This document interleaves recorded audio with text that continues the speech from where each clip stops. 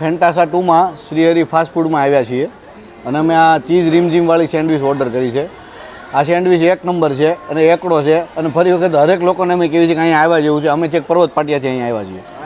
એકડો કાંઈ નો ઘટા સેન્ડવિચમાં. હા ભાઈ, પાક્ય પાય એકડો ફેન્ટાસિયા 2માં ગેમ રમ્યા બાદ ભૂખ લાગે ને એટલે લોકોની પહેલી પસંદ હંમેશા શ્રીહરિ ફાસ્ટ ફૂડ જ રહેવાની છે. કેમ તો કે આ જગ્યાએ સેન્ડવિચનો ટેસ્ટ એટલો જોરદાર છે કે લોકો ના પાડતા સેન્ડવિચ બે મોઢે ખાય છે.